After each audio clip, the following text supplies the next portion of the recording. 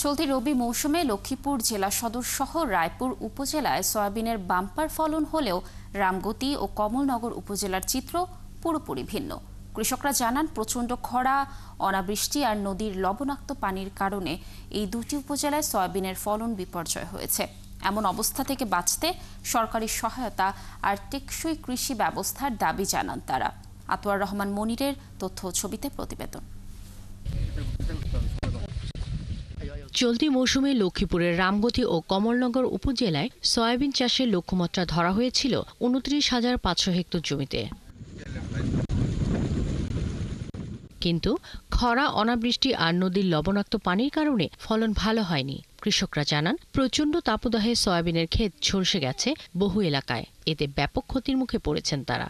এবার দেখা গেছে অনাবৃষ্টির কারণে হাজার হাজার একর জমি ক্ষতিগ্রস্ত হয়েছে। কৃষকরাও ক্ষতিগ্রস্তের মধ্যে আছেন। ১২০% জমিনে গৃহস্থী করছি, ৯০% জ্বলে গেছে, আর ৩০% জমিন আছে ভালো আর কি। এটা দিতে কোনো কিছুই আসবে না। ৭.৫ ঘন্টা করতে ১৫ হচ্ছে ১৬,০০০ টাকা খরচ হচ্ছে। এখন না ২ মণ না ৪ মণ হাইয়াম বেশি আইতাম। এছাড়াও নদী এলাকায় বাঁধ না থাকায় জোয়ারের লবণাক্ত পানিতে ক্ষেত ডুবে ফসলের আরও ক্ষতি হয়েছে। কৃষকরা বলছেন, জেলায় সয়াবিন প্রক্রিয়াজাত করার কারখানা না থাকায় এমনিতেই ন্যায্য মূল্য পাওয়া থেকে তারা বঞ্চিত। তার উপর এমন ক্ষতিতে ঋণের টাকা পরিশোধ নিয়ে শঙ্কায় আছেন। সবগুলা ফসল জ্বলে গেছে, আমরা এখন ক্ষতিগ্রস্ত। আমরা সরকারের কাছে চাই যেন আমরা মানুষের দেড় দানাগুলা দিয়ে পরিশোধ করতে পারি এবং নিজেও বাঁচতে পারি। বাঁচার জন্য আমরা সরকারের কাছে আবেদন করছি। বৃষ্টি হয় না, জমিন শুকাই গেছে, এই কারণে অনেক জমিন মাইরেও গেছে। বৃষ্টি না হওয়ার কারণে জমিনের তসটানি গেছে। তসটানি থেকে যাওয়ানে জমিনের ভিতরে ছড়ার ভিতরে গোড়া হয় না। জেলা কৃষি কর্মকর্তা জানান, দেশের প্রায় ৮০% সয়াবিন উৎপাদন হয় লক্ষ্মীপুর জেলায়। আবহাওয়া অনুকূলে থাকলে এবার প্রায় ৬৫,৫০০ মেট্রিক টন সয়াবিন উৎপাদন হতো। আমাদের উপসহকারী আছে, তাদেরকে আমরা সবসময় বলি ক্ষতিগ্রস্ত যারা হয় তাদেরকে পরবর্তীতে আমাদের যে প্রণোদনা, তাদেরকে অগ্রাধিকার দেওয়া, বিভিন্ন প্রদর্শনী, বিভিন্ন বিষয়ে তাদেরকে দেওয়া। চলতি মৌসুমে সয়াবিন চাষের লক্ষ্যমাত্রা ধরা হয়েছিল ৪২,০০০ হেক্টর জমিতে। তবে কৃষকদের আগ্রহে ১,৬৬০ হেক্টর বেশি জমিতে চাষ হয়েছে, যার আনুমানিক বাজার মূল্য প্রায় ৫০০ কোটি টাকা। শাকিলা শম্পা, ৭১। প্রচণ্ড খরা, অনাবৃষ্টি আর নদীর লবণাক্ত পানির কারণে লক্ষ্মীপুরের বিভিন্ন উপজেলায় সয়াবিনের ফলন বিপর্যয় হয়েছে। দর্শক, এই বিষয়ে বিস্তারিত জানাতে আমাদের সাথে যুক্ত হচ্ছেন সহকর্মী আতোয়ার রহমান মনির। মনির, কি পরিমাণ জমির ফসল আসলে নষ্ট হয়েছে আর কৃষি বিভাগ থেকে কৃষকদের কি পরামর্শ দেওয়া হচ্ছে?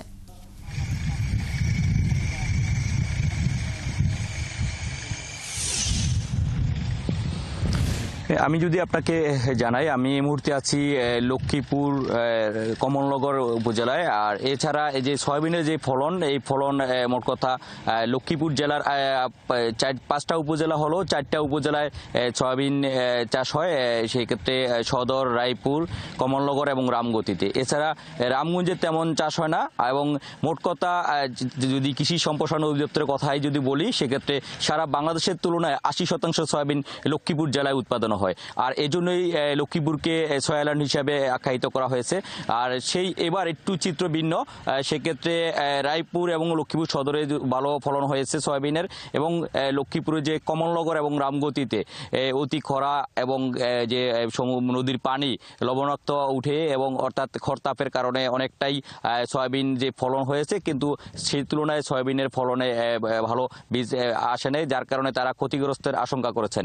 আমি আপনাকে দেখাই যে এই মুহূর্তে যে প্রচণ্ড রোদের মাঝেও অনেকেই সয়াবিন চাষিরা তাদের তুলতে ব্যস্ত সময় পার করছেন। তারা বলছেন, যদি এই মুহূর্তে হয় তাহলে অনেকটাই তারা আরো ক্ষতিগ্রস্ত হবেন, তারা যার কারণে তারা নির্লস পাবে প্রতিদিন। এবং সয়াবিন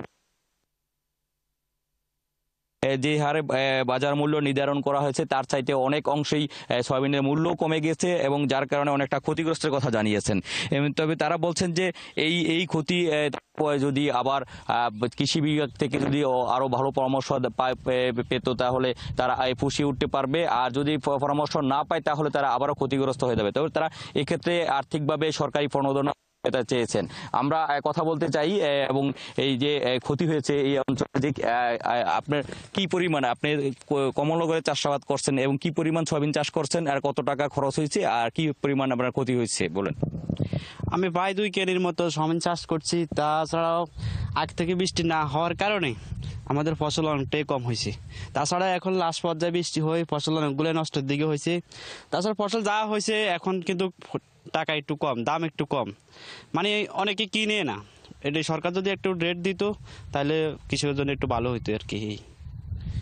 শুনছিলেন অর্থাৎ যে একদিকে উৎপাদনে তাদের ক্ষতিগ্রস্ত হলেও তারা যদি বাজার মূল্যটা আরো ভালো পেত তাহলে তারা পুষিয়ে উঠতে পারত।